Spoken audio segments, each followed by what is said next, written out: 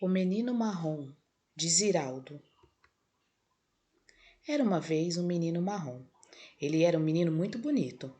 Acho que dá para se ter uma ideia pelo desenho, que está logo aí, na virada da página. Caprichei no desenho do menino, mas acho que ele era muito mais bonito pessoalmente. Vou ter até que ajudar com algumas informações, que é para a descrição do menino marrom ficar mais completa. Sua pele era cor de chocolate, chocolate puro, não aqueles misturados com leite. Não gosto de chocolate com leite. Daí a achar a cor do chocolate puro mais bonita. Os olhos dele eram muito vivos, grandes. As bolinhas dos olhos pareciam duas jabuticabas pretinhas. Aliás, pretinhas não.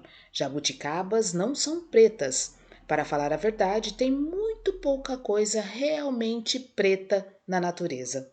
Se você for examinar bem a jabuticaba, vai descobrir que ela é roxa muito preta. Preta mesmo, não é? Mas deve ter coisas pretas, muito pretas na natureza. Que tal o cabelo de gente? Olha, dizem os estudiosos e especialistas que não existe cabelo humano absolutamente preto. Você sabia? Ah, tem pelo de animal. A pantera é preta. As manchas do couro de boi são pretas. O gato preto é preto. E pretas são as asas da graúna, como são as do urubu, as do anum, as do condor e as do assum preto. E no reino vegetal, o que é que tem que é preto mesmo? Absoluto. Aquele olhinho do fruto do guaraná, acho que é preto de verdade. E tem o azevite. Vocês conhecem aquela canção que diz Boneca de piche da jabuticaba da cor do azevite? Pois é, azevite deve ser pretão mesmo, pois o Lamartine Babo, autor da música, não iria mentir pra gente. Mas espera aí, azevite não é vegetal, ou é? Bom, o que parece preto, o mesmo preto definitivo na natureza, é o carvão. Ele, assim, o carvão é o preto absoluto. Pronto. E vamos deixar de ficar falando neste negócio de preto, pois a nossa história é do menino marrom. Entrei nessa de preto de repente, porque este assunto vai rolar aqui daqui a pouco. Só que é um assunto do menino marrom, não meu. Como diria o riacho imitando o espelho? Que menino é esse aí? Pois é o menino marrom. E vamos tratar de terminar sua descrição para que vocês o conheçam melhor. Já falei dos seus dentes? E vai começar outra longa conversa para explicar que não existe dentes absolutamente brancos. E realmente não existem.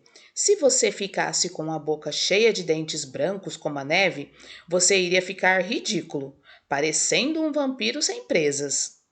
Quando os dentes são o mais próximo do branco, a gente diz que eles são clarinhos. Aliás, até repete: clarinhos, clarinhos. Pois o menino marrom tinha os dentes claros, certinhos, certinhos, pareciam as teclas de um piano, sem as cáries. Vocês sabem, os bemóis e os sustenidos são as cáries do piano. Quando o menino ria, era aquela luz no meio do seu rosto marrom.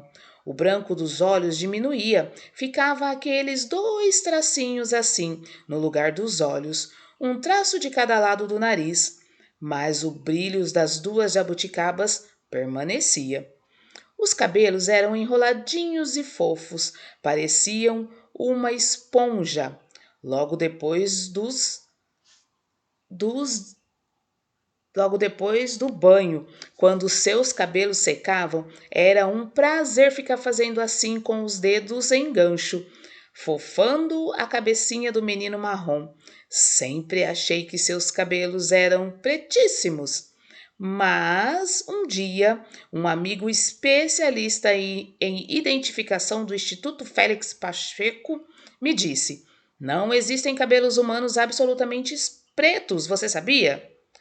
Falta descrever as bochechas do menino marrom.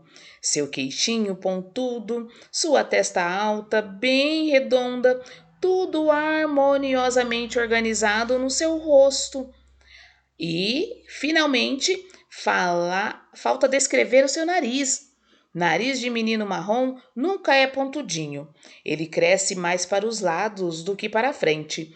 O do menino marrom era feito de 3 bolinhas surgidas assim, de repente no meio do rosto. Uma bolinha maiorzinha no meio e 2 menorzinhas, uma de cada lado, em volta das narinas. Um desenho perfeito. Deixei o nariz para final, porque o nariz do menino marrom tinha uma qualidade especial. Tem gente que exprime suas emoções através dos olhos, outros se revelam nos movimentos dos lábios. Tem pessoas que até ficam mexendo com a boca sem perceber, fazendo todos os movimentos dos lábios de quem está contando um caso emocionante. Para elas, se espantam, sorriem, xingam, choram, sem fazer qualquer barulhinho. Tem outras que se emocionam só com os músculos dos rostos. Vocês já notaram?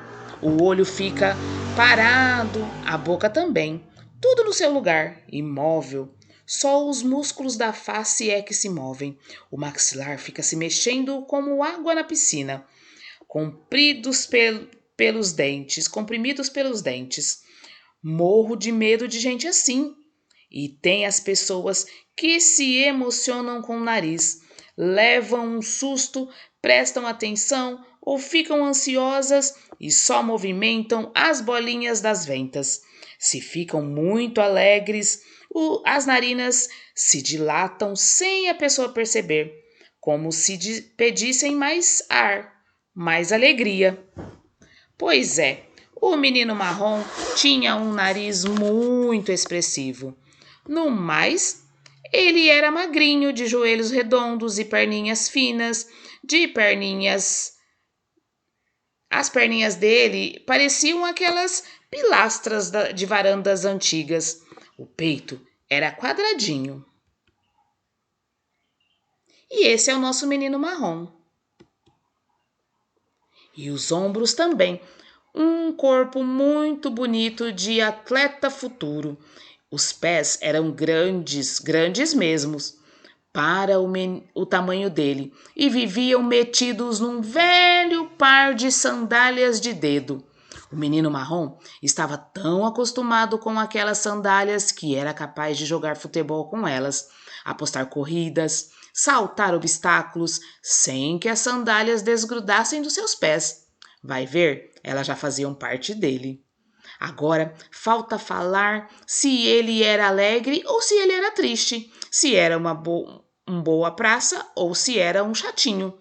Não, chatinho ele não era. Era isso sim, muito curioso. E se existe gente grande que não tem paciência com o menino perguntador, não é o menino que é chatinho. Confesso que às vezes ele exagerava. Um dia, na beira da praia, olhou o mar longamente, pensou um pouquinho, olhou para a tia que o havia levado à praia e perguntou: Tia, quando você nasceu já tinha mar? Esta tia respondeu na hora, bem zangada. Afinal, ela estava levando o sobrinho à praia porque não tinha filhos nem marido, mas também não era tão velha assim que tivesse visto Deus fazer o mar ou não pudesse mais se casar. Todo mundo sabe a hora em que a criança vira um perguntador permanente. Dizem que ela chegou à idade do porquê. Por que a água escorrega? Por que o fogo é quente? Por que eu tenho que ir dormir? Por que eu não tenho irmão? Mãe, por que a sua barriga ficou grande? pois todas essas perguntas o menino marrom fez ou fazia, e fazia outras mais complicadas ainda. Um dia, ele se chegou para o pai, perguntou: Pai, quem nasceu primeiro? O ovo ou o índio? Se as pessoas Se as perguntas do menino marrom eram complicadas, precisava ver as respostas. Por que você quebrou todas as coisas da mamãe? E ele: É que a senhora deixou o tio tomando conta de mim e ele não tomou direito. O menino marrom morria de medo de cachorro. Certa vez, ele vinha passeando na pracinha pela mão de uma prima mais velha. Quando viu um cachorrinho vindo em sua direção, ele segurou a mão da prima e gritou: Me protege, que estou com medo! Assim mesmo, me protege.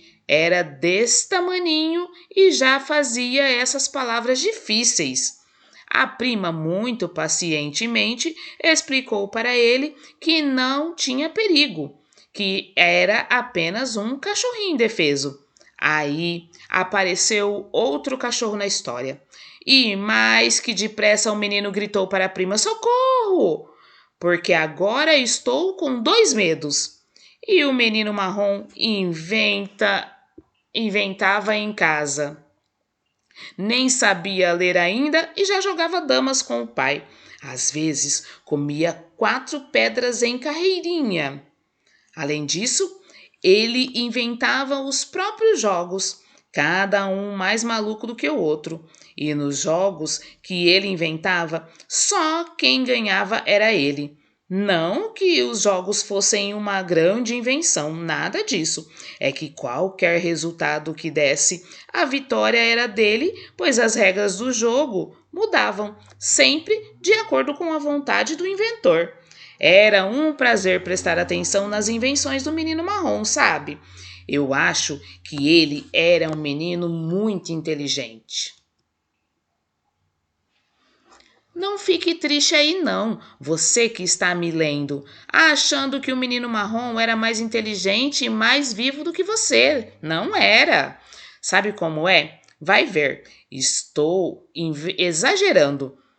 Os autores têm mania de ficar valorizando seus personagens, falando que eles são mais valentes, os mais brilhantes, os mais inteligentes, os mais corajosos, os mais nobres e leais. Personagens levam muita vantagem sobre as pessoas da vida real. É que o autor pode inventar sempre 1000 mentiras sobre eles, só para valorizar. Todo menino da idade do menino marrom é assim. Se ele é feliz, as pessoas gostam dele, e se tem paciência para ouvir suas histórias, ele solta toda a sua vivacidade.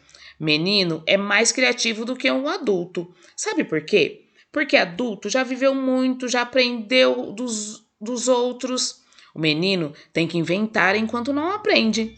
Lembro-me de uma vez que minha filha mais velha tinha assim a idade do menino marrom. Ainda não sabia ler, mas já frequentava o jardim. E eu estava passeando com ela e a irmãzinha mais nova pela zona sul do Rio de Janeiro.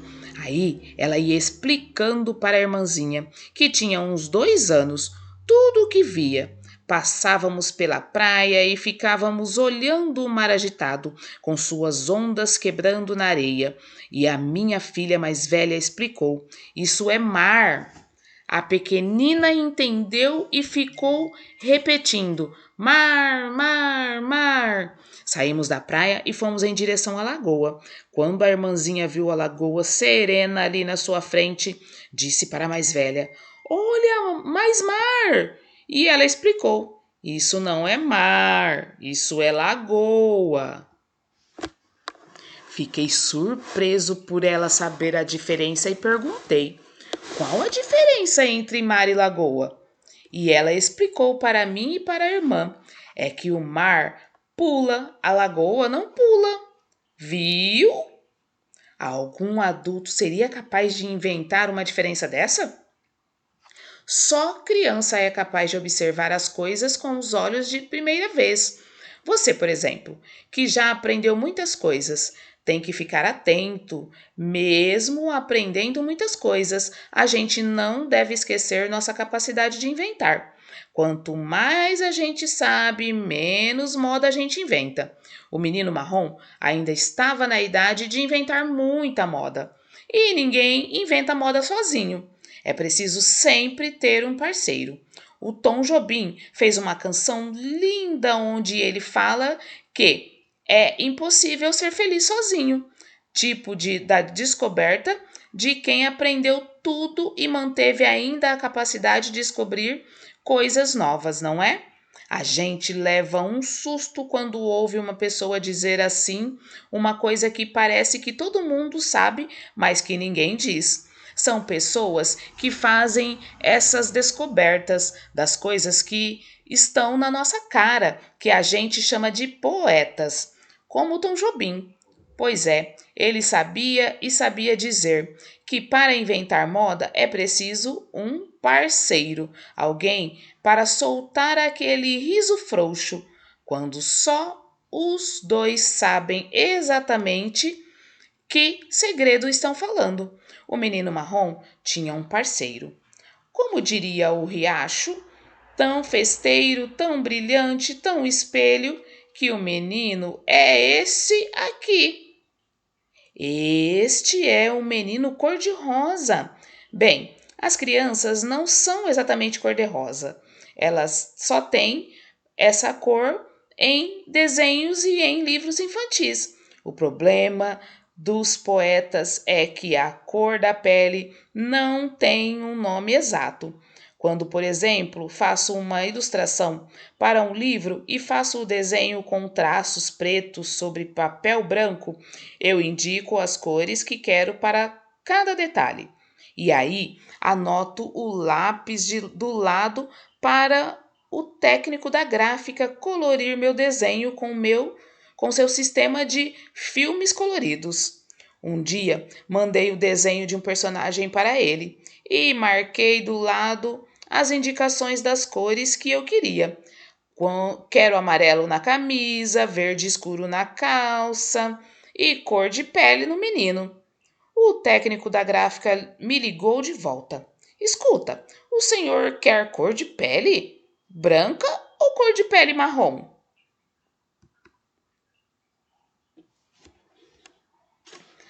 Como este menino que entra agora na história era muito clarinho, o mesmo clarinho que serve para indicar dentes brancos serve também para indicar cor de pele.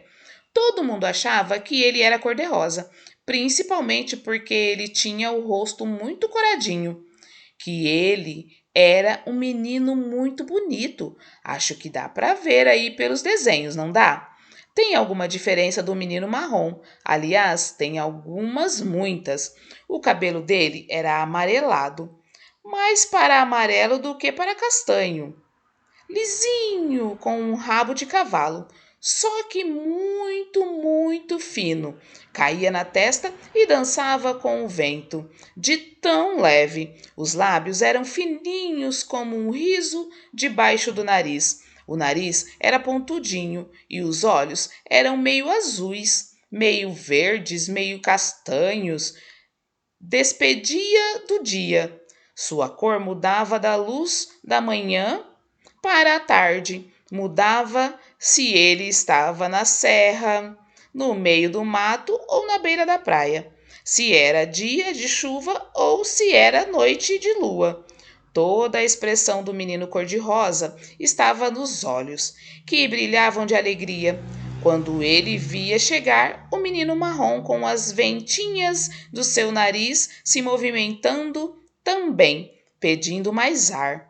Depois da escola, eles estavam numa escola pública, no pré-primário ou no jardim, não sei bem. Os dois voltavam para casa e brincavam o dia inteiro. E como inventavam moda. Vou contar uma história dos dois, de quando eles ainda estavam aprendendo as primeiras letras. Uma história ótima. Eles já sabiam que A era A, que B era B, que C era C, e assim por D, ou melhor, por diante. Nas páginas do livro dos dois, tinha lá os desenhos das letras grandes com as pequenininhas do lado.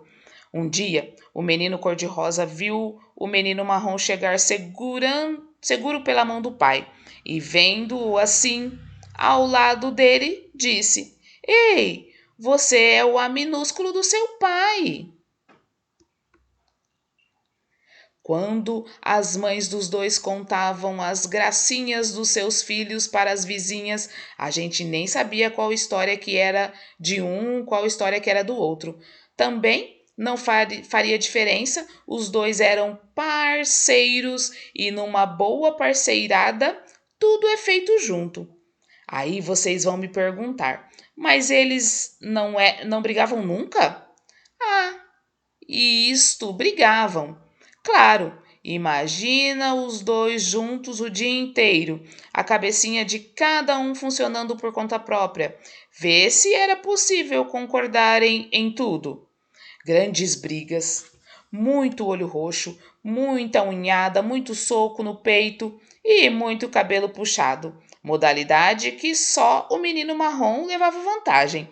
A briga mais famosa dos dois, que os deixou separados de um mal por um tempinho enorme, foi a história da briga do seu mais eu. Toda a dupla briga é esta briga. Um dia tem sempre a hora da disputa e esta hora pinta assim, sem nenhuma explicação, pois os dois estavam ali, numa boa, destruindo as peças de um jogo de amar, de armar, quando se desentenderam. Acho que isso foi antes que dos dois entrarem para o jardim. Deixa ver, foi sim. Eles eram bem pequeninos. De repente, um deles, já meio zangado, falou: Minha camiseta é vermelha e a sua não é. Ah, pra quê? Foi um desafio inaceitável. O outro respondeu na bucha: Meu short é azul e o seu não é. Aí o caldo entornou. Minha mãe usa óculos e a sua não usa. Eu tenho um irmãozinho e você não tem. Eu tenho duas primas e você não tem. Minha tia é velha e a sua não é. Eu tenho uma bicicleta e você não tem. Eu sei assoviar e você não sabe. Vocês veem, a coisa foi ficando na maior gravidade, quase insuportável. A cada provocação, a resposta do outro vinha mais perigosa, até que um deles bradou a vantagem maior e insuportável. Minha avó morreu e a sua não morreu. Ah, meus filhos, depois desta, só agressão física. Quando as mães entraram no quarto, os dois rolaram pelo chão, aos berros, fazendo mais barulho que gatos em noite de lua. Pelo menos os mesmos sons. Foram separados aos prantos e afastados definitivamente um do outro.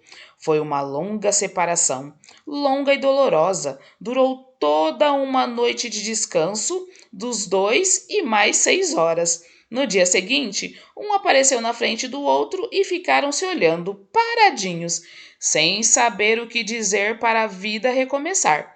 Até que o que tinha perdido a parada no dia anterior se explicou. Mamãe me falou que a minha avó está muito doente e tudo voltou ao que era antes. Eis que estava contando a história desta parceria para um menino amigo meu, antes de completar o livro, e eles estranhou uma coisa. Se a história é dos dois meninos, por que o livro se chama só O Menino Marrom? Aí embatuquei. Não tinha percebido que estava contando a história de dois meninos e colocando um só no título do livro.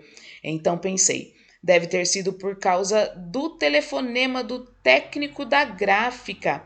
A gente escreve cor de pele na indicação e quer que as pessoas adivinhem que cor de pele que é. Como se todos os meninos do mundo, de todas as histórias, tivessem uma cor só. Quando me sentei à máquina para contar essa história, tinha decidido que ia escrever a história de um menino marrom. Depois é que o menino cor-de-rosa entrou. Vou contar um segredo de autor para vocês. Quando se começa a contar uma história, não fique achando que a história vai acabar igualzinho a gente quer. Não vai. Por mais que você invente, de repente, um personagem entra pela página adentro, toma seu lugar. E, cadê que você tira ele da história? Mesmo inventada, a história é que dirige o autor. Vê? Agora, a história ficou sendo dos dois.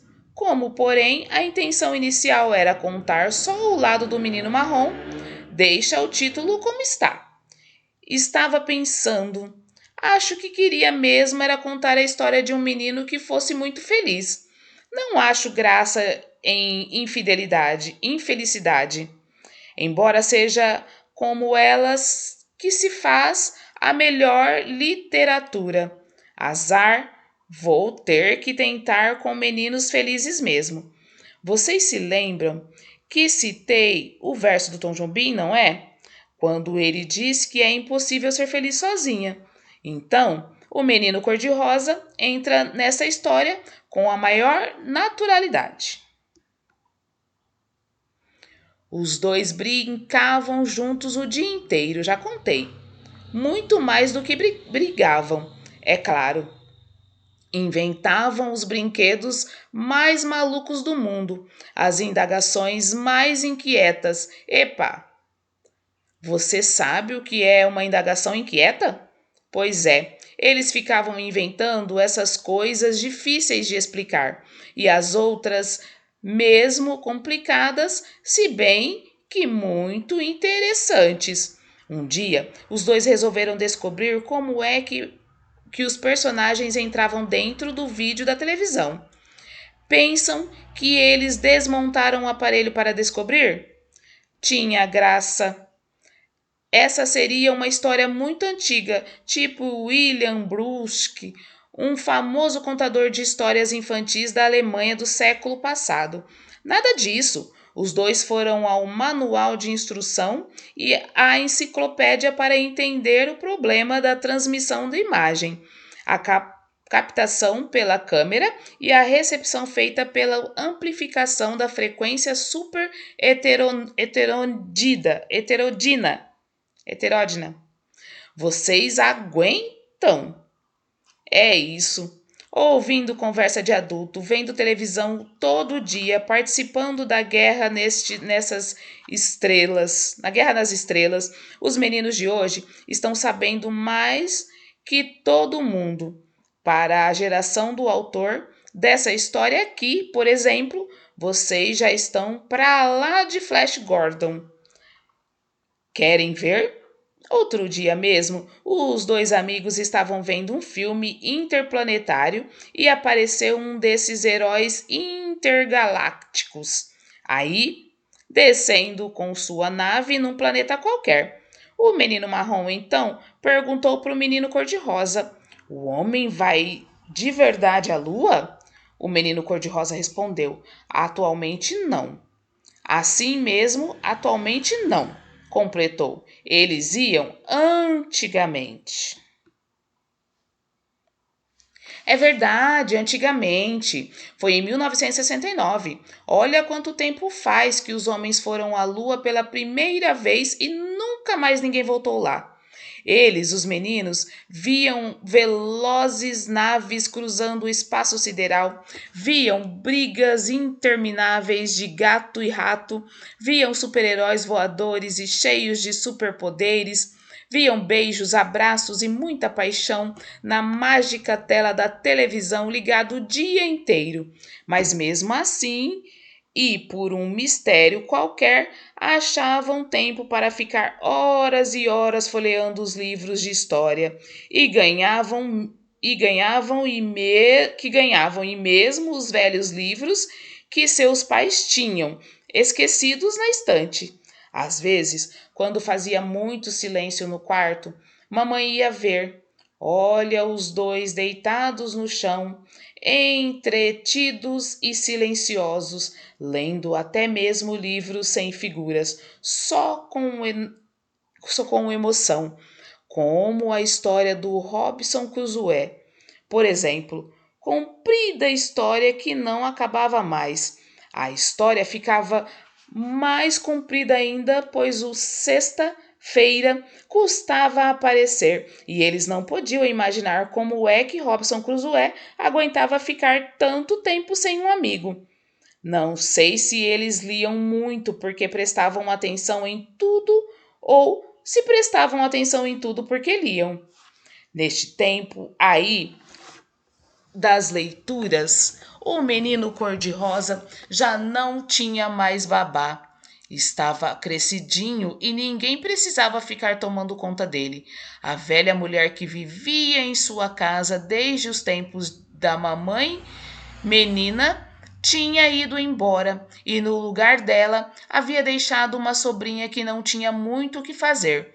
Ela ficava o dia inteiro lendo os velhos livros da coleção, Menina e Moça, e suspirando.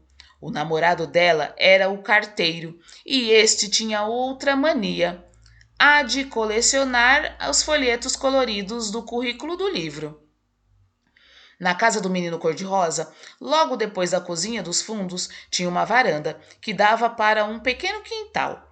Ali havia uma grande mesa de fórmica, onde os dois amigos passavam boa parte da tarde lendo, jogando ou fazendo os deveres.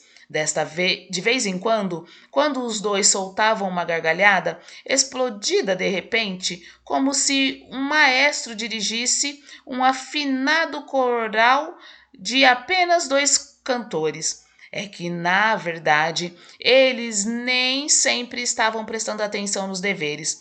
Estavam ouvindo caladinhos a conversa pedante e rebuscada da babá com a cozinheira, as duas sentadas na cozinha naquela tarde comprida.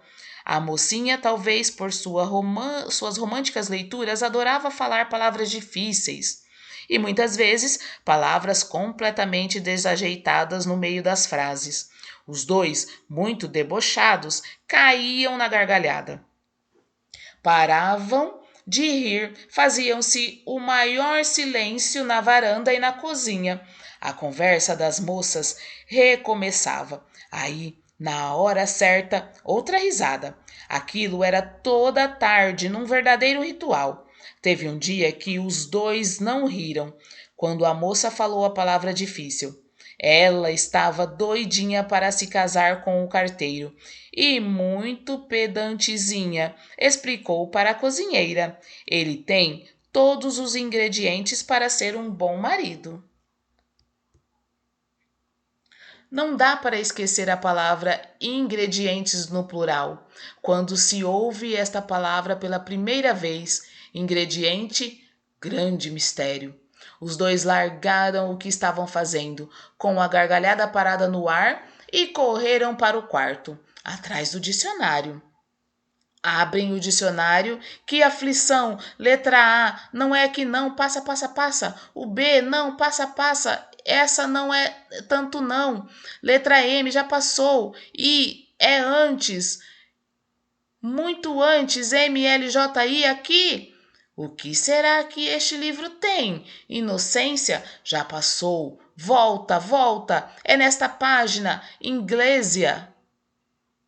Vira outra, inglesixe, ingremidade. Aqui está ingrediente. Leram o verbete, leram várias vezes e o mistério continuou. Voltaram para a varanda sem saber e por muito tempo qual era o mistério do carteiro, noivo da sobrinha da babá.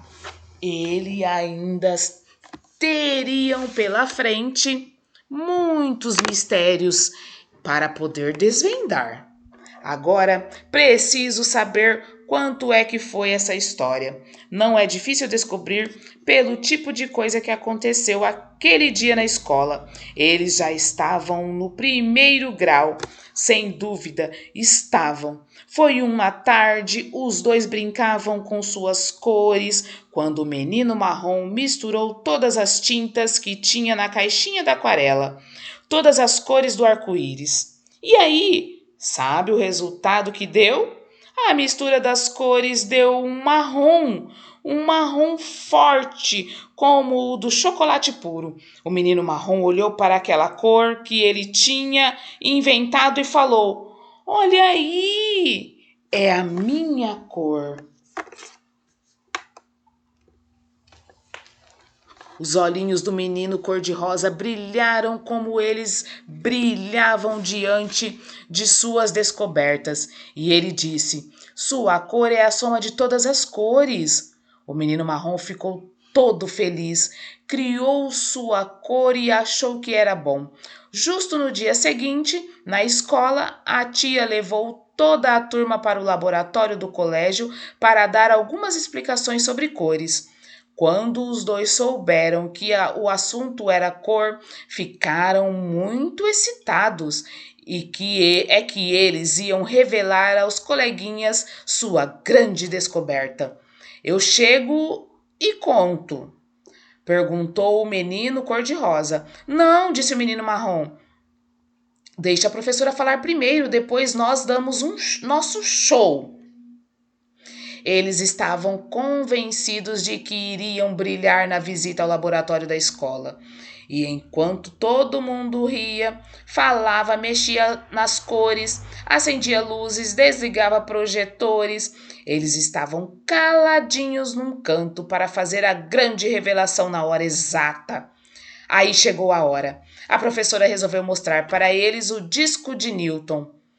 Todo mundo conhece o disco de Newton, não é verdade? Todo mundo já foi ao laboratório da escola, certo? Ou sua escola não tem laboratório? Bem, essa é uma ótima história e o ministro da Educação que tem que resolver. Deixa a gente contar a nossa, que felizmente tem um laboratório instalado na escola. E ali tinha o disco de Newton. O disco de Newton é o seguinte: um pequeno círculo de metal plano como um disco comum, dividido em raios, como uma roda de bicicleta. São 7 espaços entre os raios, cada espaço com uma das cores do arco-íris. O disco gira em pé como uma pequena roda gigante, tocado por uma manivela. Você toca a manivela bem depressa. O disco vai girando, girando, e aí é que acontece. O que acontece com as cores? O quê? Isso é o que os meninos iam descobrir naquela manhã na escola? A professora mostrou o disco para eles. Tinham uns meninos tão pequenininhos, tão agitadinhos que nem estavam ligando para aquela história. E perguntou: Se eu misturar todas essas cores, o que é que elas viram? O menino marrom gritou rápido: Viram marrom! E olhou orgulhoso para os outros. Só que ele esperava aplausos e levou foi o maior susto. A professora disse não e continuou: Vejam, eu vou rodar este disco bem depressa e vou misturar todas as cores nessa rodada. Prestem atenção, fiquem de olho no disco. E todos prestaram atenção. O disco foi girando, girando e de repente ficou tudo branco. E a professora explicou: Viram? Branco não é uma cor. O branco é a soma de todas as cores em movimento.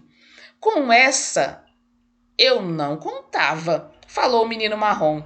Nem eu, falou o menino cor-de-rosa. Os dois voltaram para casa calados, com a cabecinha fervendo. A coisa tinha ficado desse jeito. Se misturar todas as cores e elas não girarem, elas ficam marrom. Se misturar todas as cores em partes iguais e botá-las para rodar, elas viram branco. Estava tudo assim, quando de repente o menino marrom falou para o menino cor-de-rosa: quer dizer, se eu sou todas as cores paradas e você todas as cores em movimento? O menino cor-de-rosa pensou um pouco e respondeu: só tem um detalhe, eu não sou branco. Pronto, agora é que as coisas complicaram de vez. E voltou àquela discussão. É que realmente branco na natureza? O tipo de pergunta do menino curioso. O técnico do Instituto Félix Pacheco, que me desculpe, mas tem cabelo de velhinho que é branco mesmo, branco homo total. Tem muito pelo de animal, o pelo do urso, o pelo do coelhinho da Páscoa, o pelo do porquinho da Índia, e tem o cálice dos lírios, e tem as pétalas das rosas, quando as rosas são brancas. E tem as penas do cisne branco, que em noites de lua vai navegando no lago azul. E embora nem o menino marrom, nem o menino cor-de-rosa jamais tivesse visto, eles sabiam. Tem a neve que é branca, branca. Aí os dois chegaram a uma boa conclusão. A coisa mais preta na natureza é o carvão e a mais branca é a neve. Se isto não for cientificamente certo, quando vocês crescerem, por favor, façam umas pesquisas e me desmintam, está bem? Como, porém, os dois acharam que assim estava bom, fica assim. E ficou também acertado que gente branca, branca mesmo, também não existe, e a não ser em histórias para crianças, como aquela dos sete anões. E quando os dois chegaram em casa, estavam encantados com uma nova descoberta. O mundo não é dividido entre pessoas brancas e pretas, mesmo porque elas não existem. O que existe é boa. O que existe que boa descoberta! É gente marrom, marrom escuro, marrom claro, avermelhada, cor de rosa, cor de cobre, cor de mel, charuto, pardo, castanho, bege, flicts, esverdeada, creme, marfim, amarelada, ocre, café com leite, bronze rosada, cor de rosa e todos esses nomes aproximados e compostos das cores e suas variações. Aquela visita ao laboratório deixou os dois meninos sem dormir por vários dias, de tanto que eles matutaram sobre suas descobertas. O mais engraçado é que eles não estavam preocupados com o mistério das misturas, com o fato da mesma mistura dar branco e dar o marrom. Eles estavam despertados para outras coisas, tipo de coisa que acontece, não é? Às vezes, a gente vê um fato impressionante pela primeira vez e, em vez de ficar marcado pelo fato propriamente dito, fica preocupado com outra coisa completamente diferente que nasceu daquele fato. Deu para entender? Vou tentar explicar com uma história que a minha mãe contava. Ela era menina e a estrada de ferro chegou à cidade onde ela vivia. Meu avô, então, resolveu levar um empregado dele muito bonzinho para ver a locomotiva. Meu avô amava aquele empregado meio simplório e queria ver a sua reação quando ele visse. Pela primeira vez, uma máquina andando sozinha, sem cavalo nenhum para puxar. Vovô ficava imaginando como ia ser a reação de espanto do seu empregado. Lá se foram os dois para a estação. E veio a locomotiva andando sozinha, aquela coisa mágica se aproximando, vupt-vupt, vupt-vupt. Meu avô ali, de olho pronto para saborear a emoção do rapaz.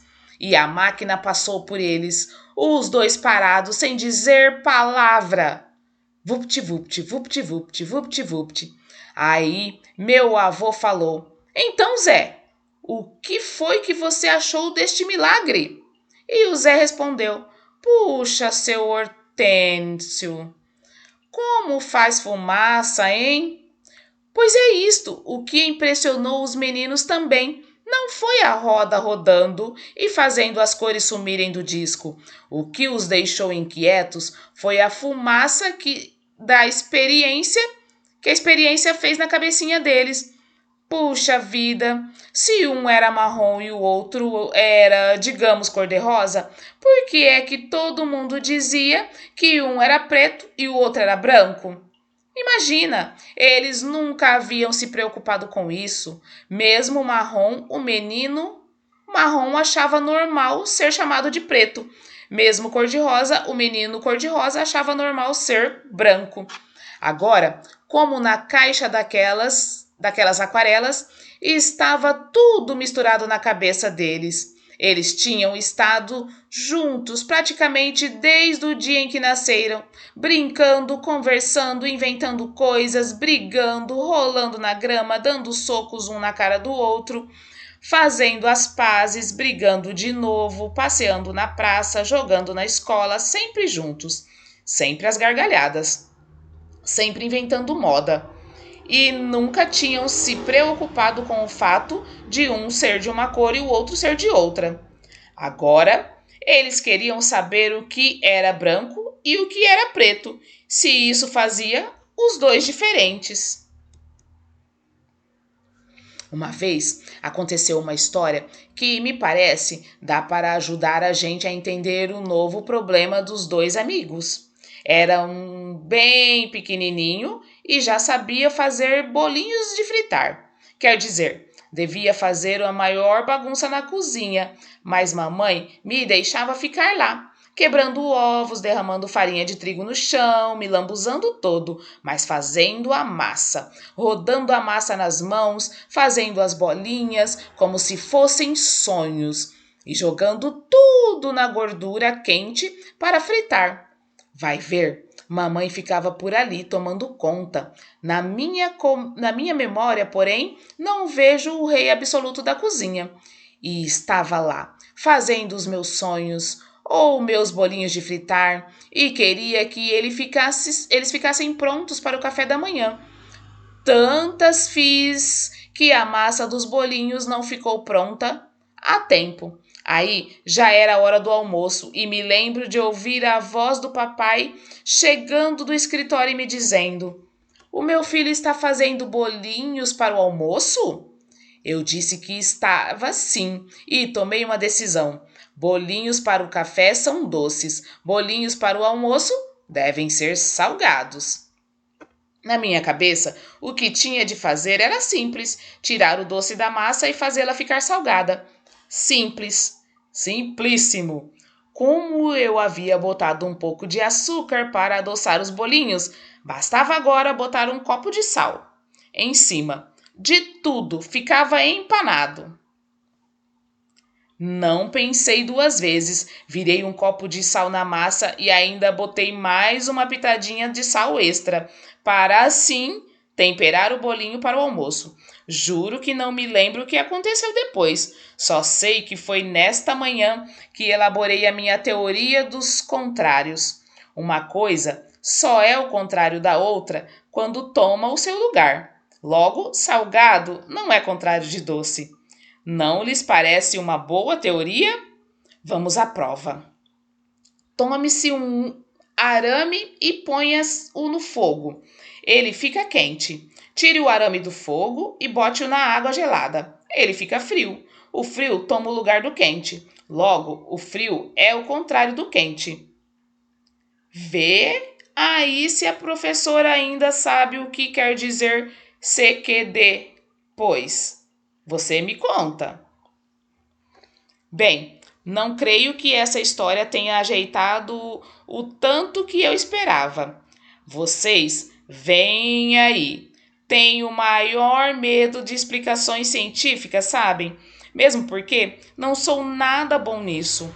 O que estou tentando é ajudar dois meninos na sua dúvida, pois me parece que eles estavam querendo era saber se o branco é contrário do preto. É, será?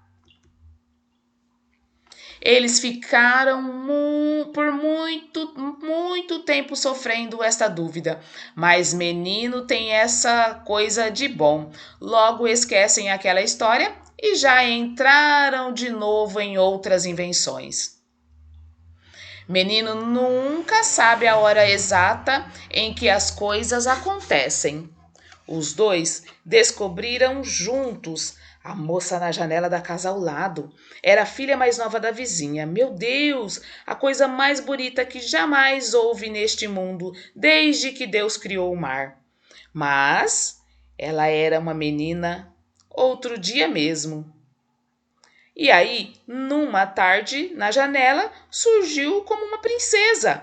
De repente, como se uma fada tivesse tocado seu corpo e uma varinha de condão, a menina virou uma princesa e apareceu na janela. Numa tarde assim, daquelas bem quentinhas.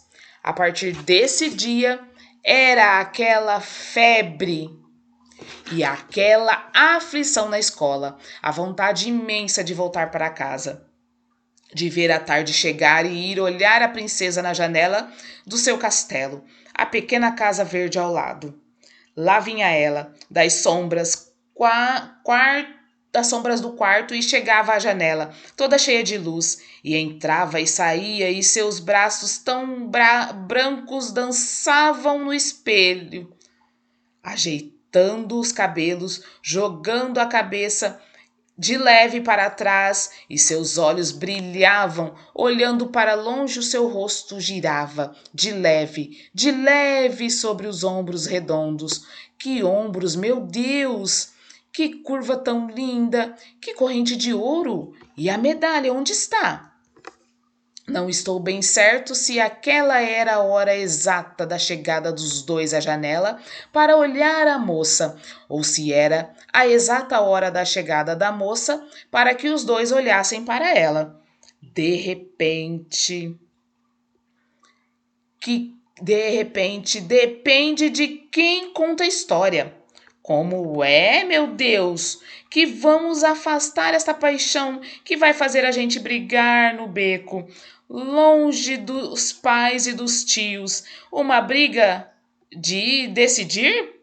Tira essa moça da nossa cabeça. Xoxô, mosquitinho, xoxô, mosquitinho. A moça da casa verde, xoxô, mosquitinho. Xoxô, mosquitinho, vou ardendo, vou morrendo. Xoxô, mosquitinho, xoxô, xoxô, mosquitinho.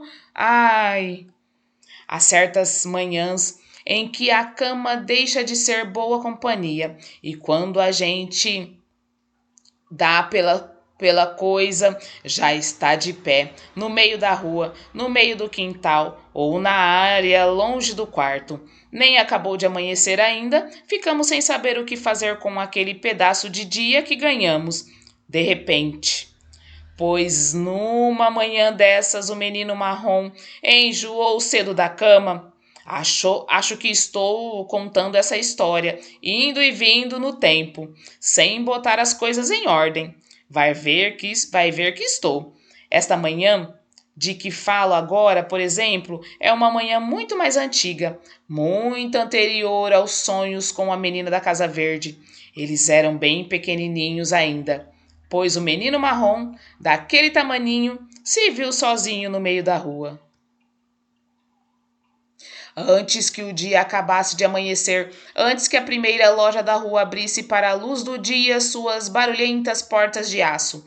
Tudo vazio, só ele, sozinho no meio da rua, como um menino perdido. De repente, ele vê a velhinha atravessando a rua, a caminho da missa das 6. Agora, meu Deus, me digam, onde foi que aquele tico de gente tinha ouvido falar em boa ação? Pois não é que ele tomou a decisão, como se fosse um experimentado escoteiro. Correu e pegou a mão da velhinha para guiá-la na travessia da rua. Não careço de ajuda. Me larga, menino, pelo amor de Deus. Deu um tapa na mão do menino marrom e atravessou a rua sozinha. O menino ficou estático no meio-fio, com a mãozinha no ar, parado com uma estátua desapontada, olhando para a velhinha com a maior de todas as incompreensões. Na manhã seguinte, a cama ficou incomodada de novo, antes das 6 horas, e ele estava ali, no mesmo lugar, sentadinho na calçada, só que desta vez em companhia do menino cor-de-rosa, que foi acordado por ele sem qualquer explicação. Só vem. E lá apareceu a velhinha de novo, indo para a missa. Os dois não diziam nada, só ficavam olhando a velhinha atravessar a rua que levava à praça e depois à igreja. A velhinha sumiu no meio da vegetação da pracinha e os dois voltaram para casa. No dia seguinte, olha os dois lá, de novo, sentadinhos na calçada, esperando a velhinha passar. No final de algumas manhãs, já que o menino marrom não dizia nada, o menino cor-de-rosa resolveu perguntar: por que é que você vem todo dia aqui ver a velhinha atravessar a rua? E o menino marrom respondeu: eu quero ver ela ser atropelada. Como pode durar este jogo de Deus e de diabo em peito de menino? Menino tem muitos defeitos. Por exemplo, o menino cresce e os dois amigos não tinham como se livrar deste dever. De repente, começaram a crescer mais depressa. A voz começou a engrossar aqui, a engrossar ali, até que chegou a hora do menino cor-de-rosa ter que ir embora. Primeiro foi comprar umas cuecas, algumas pares de meia, pregar uns botões nas camisas, descer a bainha de uma ou outra calça e juntar os amigos para uma boa bota fora.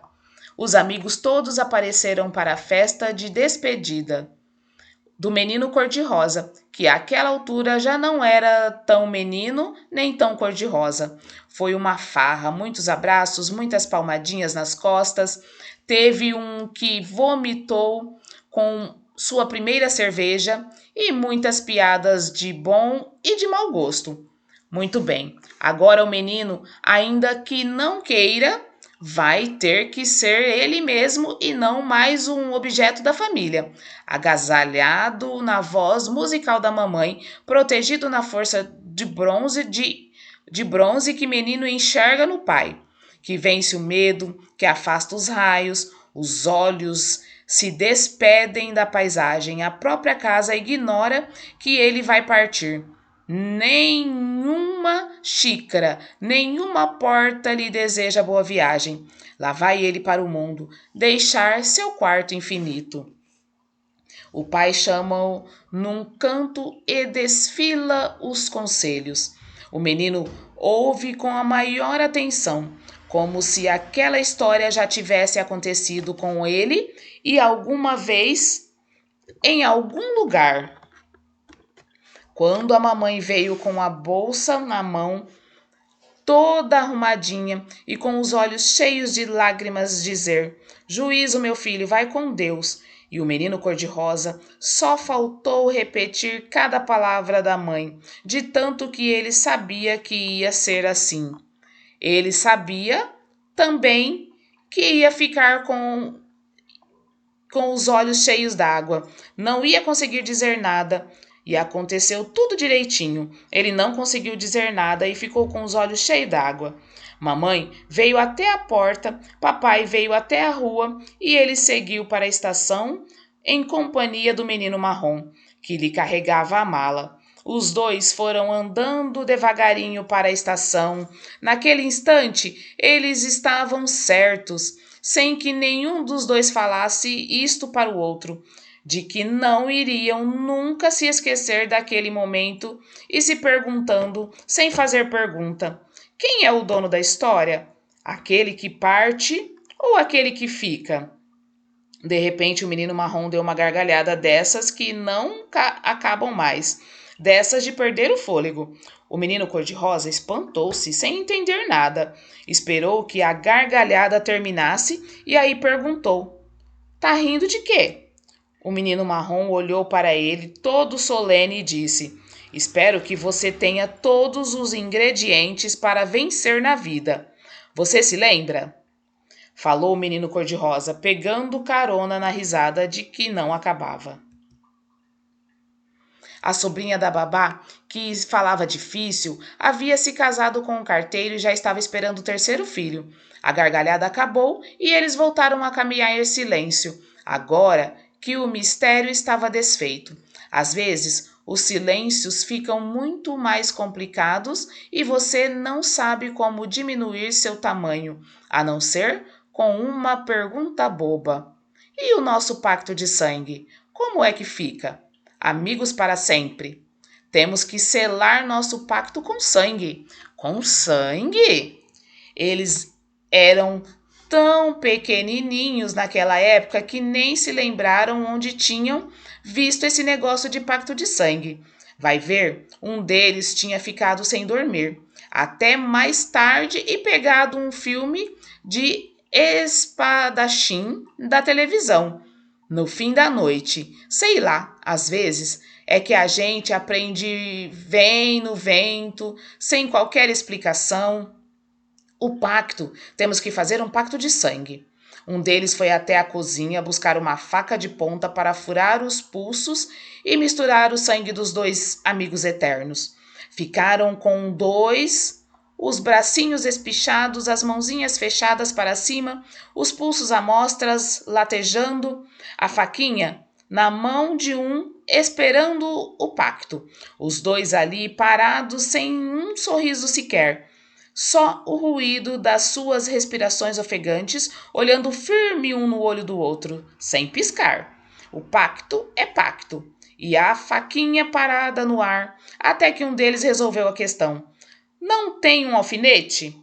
O outro nem respondeu. Foi correndo ao estojo de costura da mamãe. Estojo de costura. Tesouro de vista. Linhas, carretéis, fitas, cor.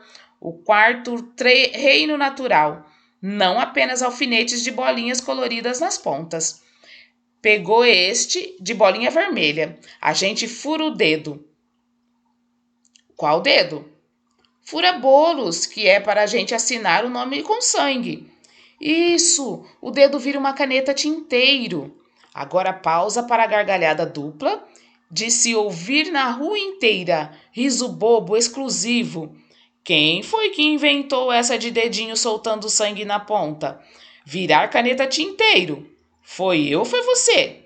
Muito bem, os dois dedinhos furabolos ali esticadinhos. E cadê coragem para furar a ponta de cada um?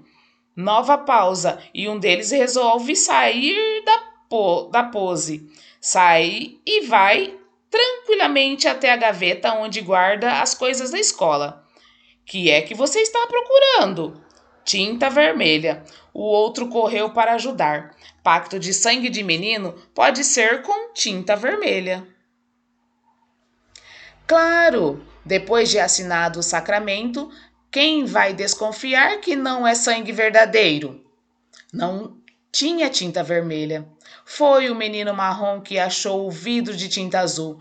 Abriu, enfiou o dedo no vidro e mandou o outro fazer o mesmo. Ficaram os dois com as pontas dos furabolos cheios de tinta azul. Esfregaram os dedos um no outro, pegaram uma folha de papel e juntos assinaram seus nomes. Aliás, assinaram não, escreveram com dificuldade com que escreviam seus nomes naquela época, e tiveram que enfiar o dedo várias vezes no tinteiro, que a tinta secava rápido. A maior lembrança, afinal, orgulhosos, os dois esconderam o documento em lugar secretíssimo, certos de que tinham feito um pacto indestrutível.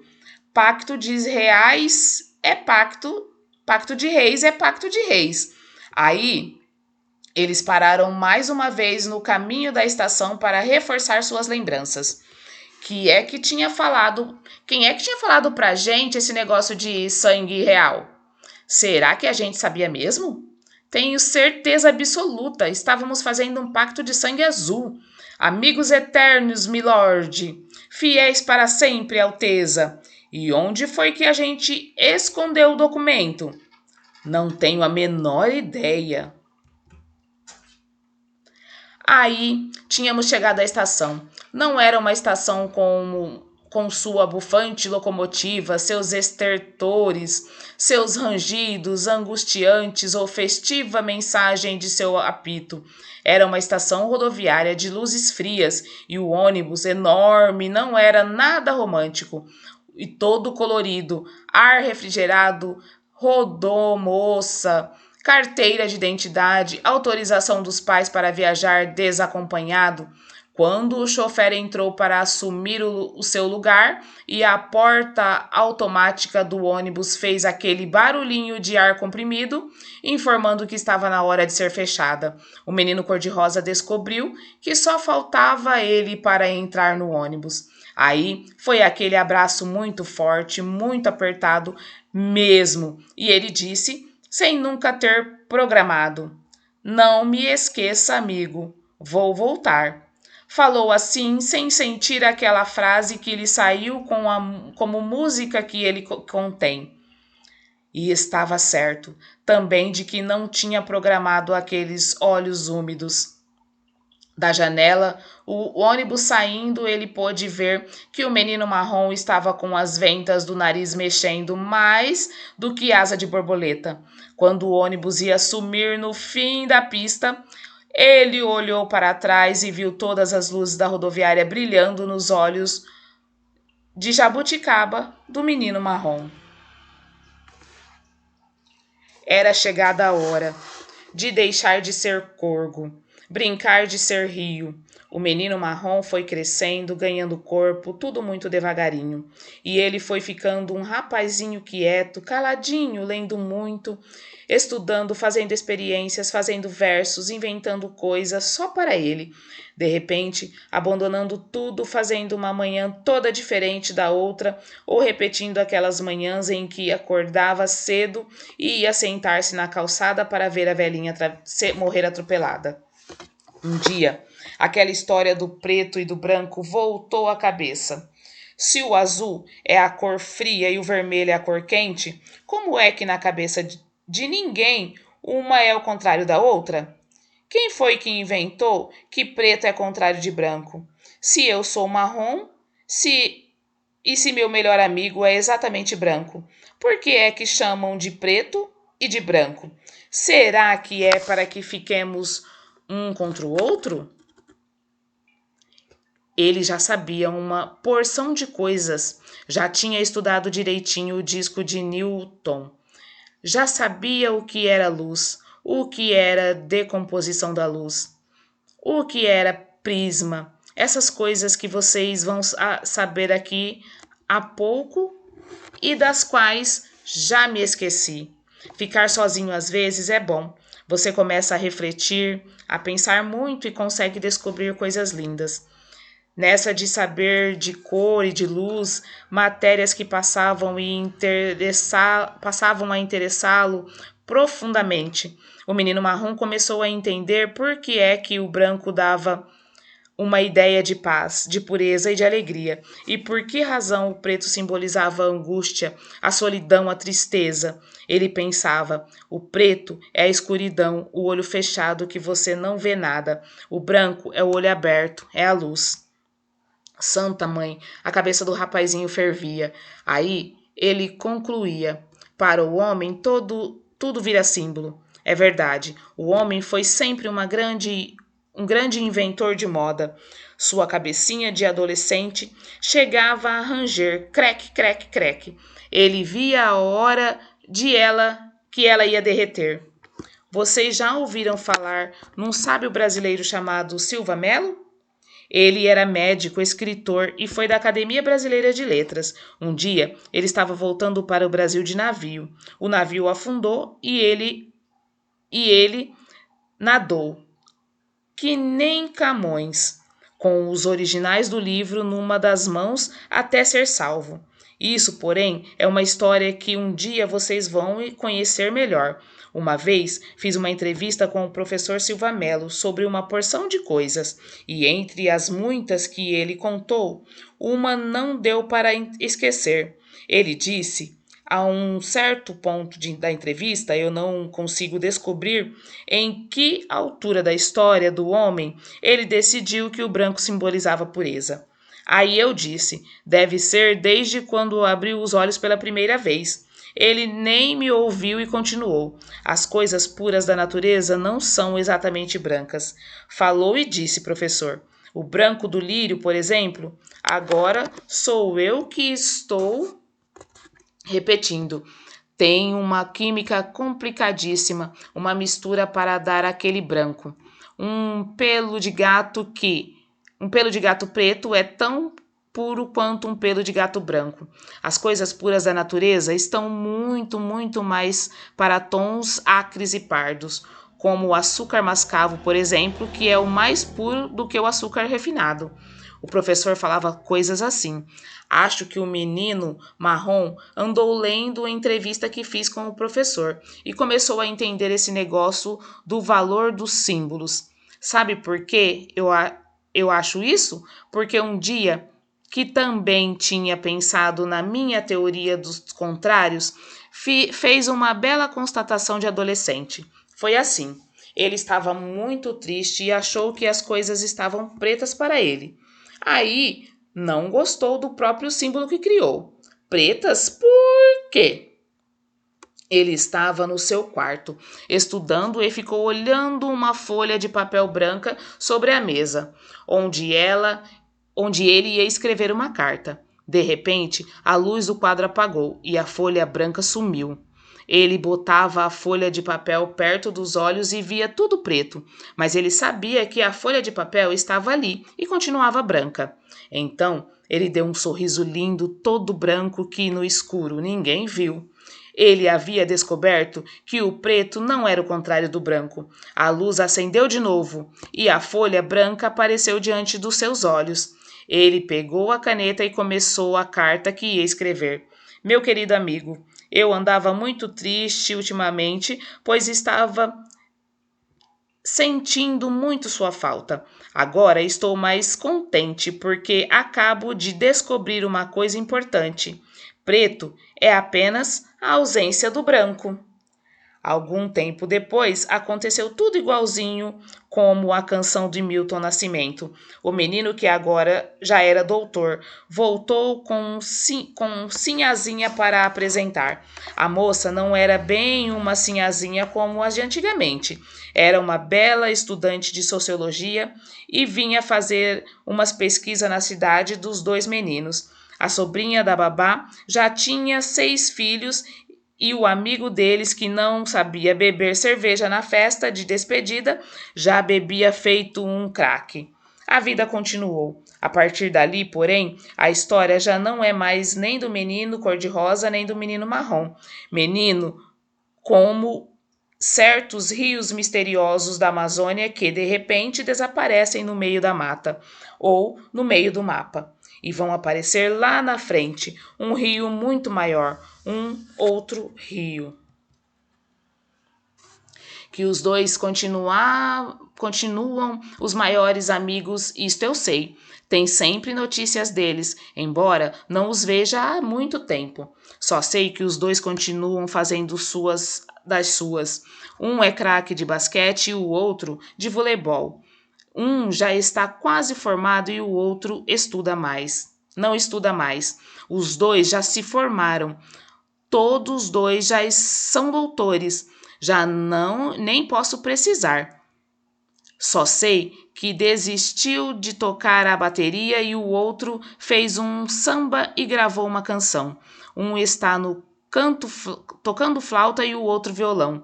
Um deles já se casou e eu sei bem, e o outro perdeu a conta de namoradas que tem.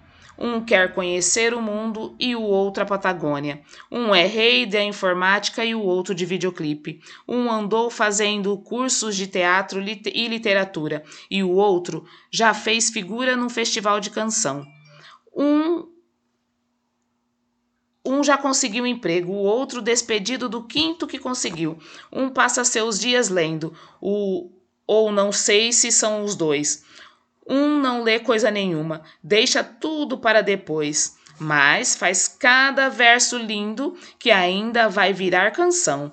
Um pode ser diplomata, o outro chefe de caminhão. o outro vai ser poeta e viver na contramão. Um é louco por sorvete de chocolate e o outro detesta o gosto do chocolate com leite. Prefere para o seu deleite cerveja como tira-gosto.